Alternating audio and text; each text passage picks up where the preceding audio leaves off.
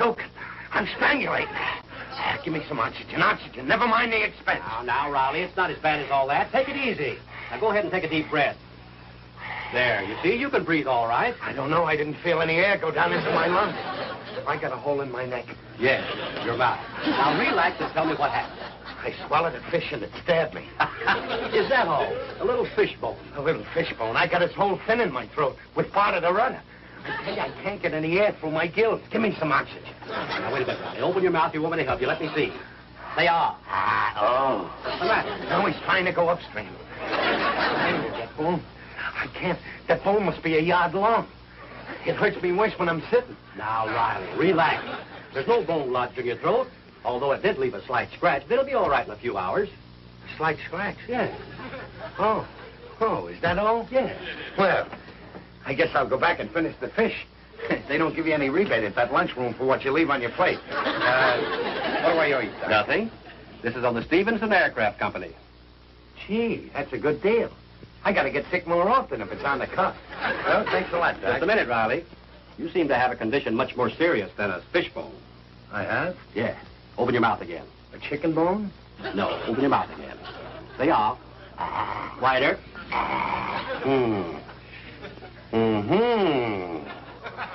Is it that serious? Well, not too serious. That is, if you have them out right away. Have them out? How can you see my appendix from way up here? Not your appendix, Riley. Your tonsils.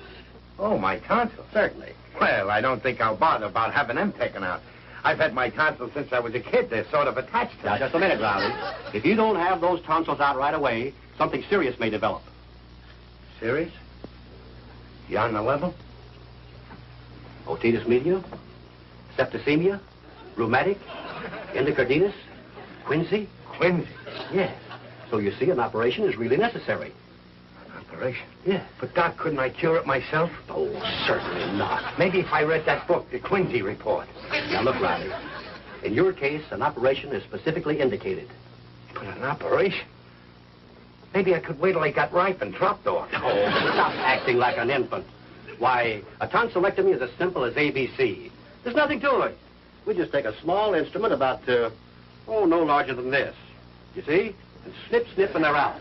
I'll make a reservation for you at the hospital. Okay, let's say next year. No, tomorrow. Riley, those tonsils must come out. Hello, dear. Hello, Dumpling. You're awful late tonight. Hi, Pop. Hello, Daddy.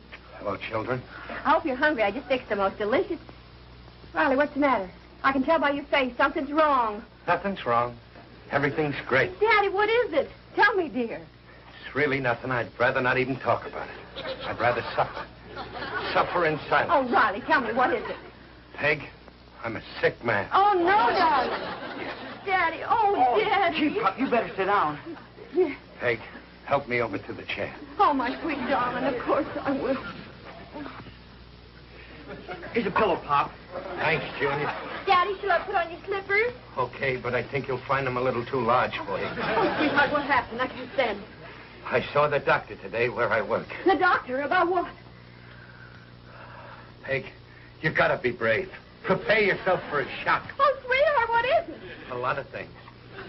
Soditis, end of the carditis, and September Santa Anita. That's what I'll get if I don't have my tonsils taken out. Tonsils? Is that all? Daddy, you're crazy. Gosh, Pop, I thought you were going to keep the bucket. Don't be so disappointed. I tell you, I'm a sick man, a very sick man. My life is hanging by a thread. One tug and But I can take it. I've lived a good, clean life. And if I have to go, well... I'm certainly glad everybody's laughing. I'm glad my tonsils tickle you. Oh, I'm sorry, dear, but there's nothing to a tonsil operation.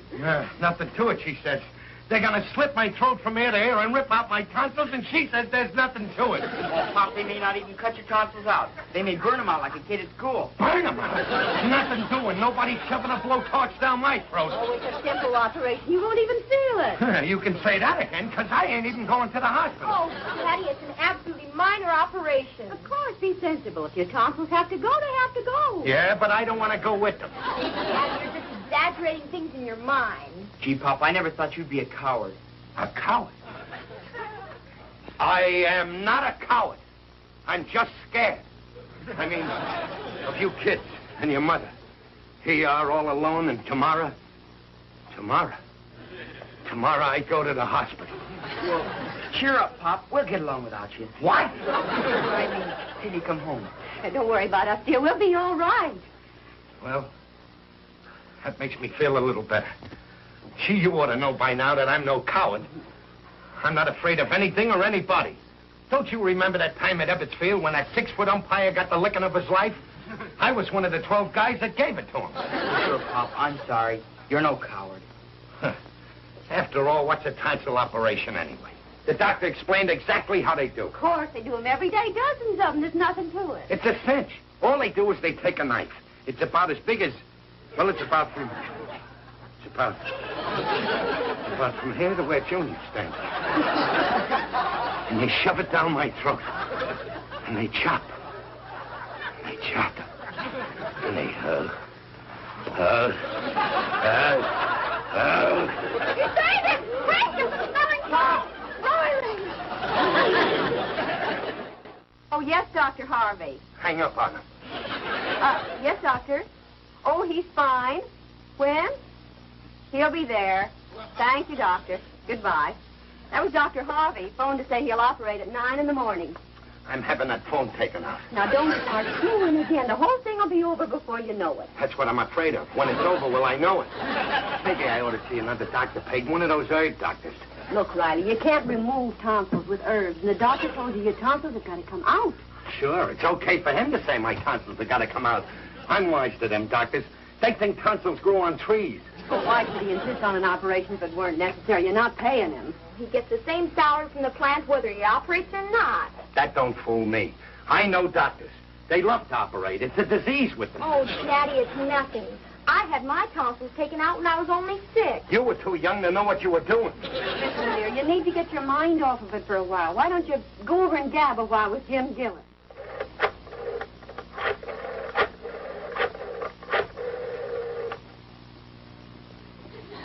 Why don't he answer? It's funny, his lights are on. Hey, Gillis! Oh, Gillis! Gillis! Yeah, Riley? Answer the phone. I want to talk to you. Go ahead, talk. This is Gillis. What are you doing over here when you're supposed to be over there? Your lights was on, so I tried the door, so here I am. Hiya, pal. How's about a little game of gin rummy? Usual type stakes. I don't know. You're too lucky. Luck nothing. Science. 10 cents a game? Okay, go ahead and deal. I already dealt. Those ain't fingernails you got in your hands. They're hard. I go first. Hey, what happened to you down at the plant today? You went out before for lunch and never came back. Well, you see, it was like this. I had some trouble. My turn. I was worried about you. I didn't realize you was missing till suddenly the belt line started going faster. I had some terrible trouble. My turn. If Riley, my pal, is in trouble, that I couldn't stand. I know. You got fired. It was worse trouble than that. I got to go to the hospital tomorrow. My turn. Hospital, what? Hey, what's the trouble? There's nothing wrong with you, is there, pal? Or if there's anything wrong with you, my best friend, It's my tonsils. Tonsils? Is that all? Ain't that enough? My turn. You got a nerve aggravating me over a couple of measly tonsils? Ain't you got no consideration? It's easy for you to say. What do you know about it, Gillis? I know plenty about surgery. Why, there ain't a day goes by I don't read all the obituary columns. My turn. Sorry. Taking out tonsils is a cinch. There's nothing to it. Any good doctor can perform that operation blindfolded. Blindfolded, huh? Well, my doctor, if he wants to get paid, better take a peek. My turn. My hand don't seem to be getting any better. You're in bad shape, rather. Scared stiff. Now, why don't you relax? There's nothing to it. Oh, what do you know about it? Have you ever had your tonsils taken out? No, but believe me, I'd be glad to if I ever had the opportunity. Boy, would I love to go to a hospital and stay overnight. 24 wonderful hours away from my wife. Some wife. Ether is better. That's it. Gin. Well, I like my wife. She's cute. And I like my tonsils. They're cute, too. Riley, turn your face this way. A little more. I want to tell you something to your face. You're a coward. I am not a coward. Then stop talking. If the doctor says you gotta do it, you gotta do it. The whole thing will only take a minute. Only a minute, huh? Sure. They put you to sleep. And they open your mouth. They take a very sharp instrument. Down your throat it goes. Very delicate. Slash, slash, rip, rip, rip, it goes. Yeah, I knew it. You're a coward. No, it isn't that, Gillis. Now, let me relieve your mind, pal. You know that Mrs. Bennett on the next block? My wife sees her in the market. Well, she had her tonsils taken out, and the very next day she was given a party. My wife told me. The next day, huh? Sure, you don't have to take my word for it. Go ask the woman. And if you need courage, she'll give you plenty of it. I do not need courage. It'll be a dark and stormy day before Chester A. Riley has to go to some poor, helpless woman for courage. Somebody's coming. Now you'll see there's nothing to it. Nothing, he says. Yes? Hello, is Mrs. Bennett in? Who shall I say is calling? Riley. Chester A. Riley. I live down the street, and we found out that Miss Bennett was just in the hospital. And the same thing's going to happen to me. Oh? So, well, you know, I thought maybe she could give me some advice. I'll tell her you're here. Come in, please. Who is that at the door, Matilda? It's a Mr. Riley from down the block, ma'am. He must have heard about you giving birth to the twins, and I think he wants a little advice. I guess his wife is expecting. I guess so, ma'am. Well, then you'd better finish feeding the twins. I know how nervous a prospective father can be. Oh, Mr. Riley, come on in here. Hello, Mrs. Bennett. Hello. This is my friend Gillis. How do you do, ma'am? How do you do? Go ahead, Riley. Get it over with. Oh, do sit down, gentlemen. Mr. Riley, I realize what a strain you must be going through. Well, I am a little nervous, but mostly on account of my wife. Well, naturally. After all, it's your wife's problem, too, isn't it? Why couldn't this thing have happened when I was single? You're retaining your sense of humor. But now I realize how upset you must be. But just remember, this sort of thing happens every day. Now, take my case. I had 2 of them. 2 of them? Doesn't everybody have 2? Oh, Mr. Riley. But now that it's all over, my husband and I are so happy. Would you like to see them? See them? You mean you brought them home with you? And you know something? I can't tell one from the other. That don't bother me. I'm leaving mine at the hospital. Say that. Well, you'll love them just like I love mine. You know, my husband can't wait to get home each night and play with them. Plays with them? I don't say. I think I'd better be going. If you'll come inside, I'll let you hold one. Bare hand? Oh, you'll need both hands, Mr. Riley. They're quite large, you know. How large? Oh, they each weigh 7 pounds. 7 pounds? I don't believe it. And they eat like little piggies. I shouldn't have come. They eat? Mrs. Bennett, what kind of tonsils have you got? They ought to be in vaudeville. What are you talking about? My tonsils. I gotta have them out. Tonsils. Oh, I see. Oh, the maid said, and I thought. Oh, I had my tonsils out a year ago. I was talking about my 2 baby girls. I just had twins. Just had twins. Yes, twin girls. Congratulations, madam. Oh, there you are. Come on, it's time to get started for the hospital. I'm coming, Peg. But before I do, I got something to say to my family. Peg, you sit here. But you'll be late. Babs, you sit there. And Junior, you sit there. Daddy, what's this all about? I got something to read to you. It's in this envelope. It says, Chester A. Riley, his last will and testament. To be read after his funeral. So now I'll read it. Riley, will you please stop this? It's ridiculous. Sure, Pop. You're not going to kick off. Don't be so pessimistic. Now listen. It says, I, Chester A. Riley, of sound body, do hereby cut up my entire estate to wit and ergo. The pig, my beloved wife, I leave outright my entire bank account, which has always been in her name. Also, for the past year, I have been kind of holding out a certain sum each week from my salary. Riley. For emergencies. I want my dear wife to have this $15, which you will find in the radio behind the third tube from the left. Oh, Daddy, please. Please, Babs, don't interrupt. To my beloved son and pal, Junior, I leave my good name. Is that all? I'm not finished. Also, I leave him my shoe trees I got for Christmas, which he will find in my sneakers. To my darling daughter, Babs, who in the years to come won't have a father's protecting hand to guide her when she goes on dates with boys, I leave these 2 words. Watch out. Signed, sealed, and delivered, Chester A. Riley. Those were my last words. Well, I hope so. Of all the nonsense I ever heard. Come on now, let's get started. All right, babe. Babs, be a good girl and take care of Junior.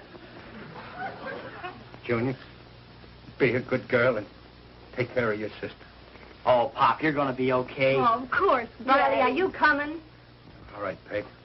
But before I go, let me get one last look at my family. Don't move. Stay right where you are. Gee, seeing you like this brings a big lump into my throat. Those are your tonsils. Come on, let's get them out.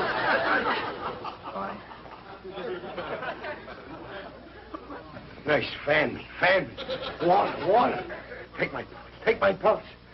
I just took your pulse, Mr. Riley. It's normal. Now stop worrying. You're perfectly normal. I am not normal. I know myself better than you do. Why did I ever come here? Why did I ever let that doctor look at my tonsils? I'll never open my big mouth again. Now try to relax. Goodness, the way you act, you think you were going to die. I like to look ahead. Where's my late widow? She should have been back by now. When asked for some lunch. She'll be here when you get back from the operating theater. See it?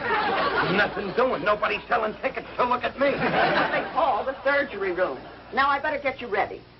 You mean my time has come? I'm going to give you something for your nerves. You'll feel better. You mean you're going to stab me with that dagger? Just a hypodermic needle, and it won't hurt a bit. Now just turn your head, and it'll be over before you know it. They're murderers. Now, They're murderers. Just close your eyes. Ow! My arm! My arm! Get back in bed. All I did was swab your arm with alcohol. Now lie still. Well, why don't you do it and get it over with? It's all done, Mr. Riley. I told you it wouldn't hurt. Oh. I guess it was a dull needle. Now try to relax. The orderlies will come and get you with a stretcher in a few minutes. Where's my late widow and my children? They're waiting in the green room. Now try to go to sleep. Sleep? Not me. I'm staying awake. Make sure that doctor knows what he's doing. I'm not taking any chances. Oh, nurse, please give this to the supervisor. Yes, Dr. Harvey. And are you ready for Mr. Riley? Riley? Yes, this case here. He's asleep. Oh, yes, the tonsillectomy. Well, I have a serious emergency that just came in. I won't be able to get to Mr. Riley till sometime this afternoon. You'd better take him back to his room. Yes, Doctor. Hey, Mom. Mom. I just saw him wheel Pop into his room. Then the operation must be over. Certainly was quick. Well, I hope Daddy's all right. Shh. Let's go in.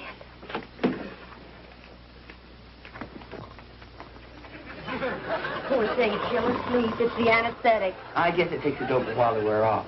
Where's the nurse? He shouldn't be left alone after an operation. All right, Gillis, it's my turn. Coming, too. Riley, dear, it's me, Peg. Where am I? You're back in your room. The operation's all over. It's all over. Yes, how do you feel? Oh, my throat. Oh, it's agony. But I can take it. Oh, the pain. We better call the doctor. No, don't call it. I'd rather suffer in silence. Oh, the pain. Oh, here. Take a sip of water. I can't swallow. Come on, Pop, try. Be brave. It might help you. Okay. Did it hurt? Oh, the pain. It's excruciating. Take another sip. Come on.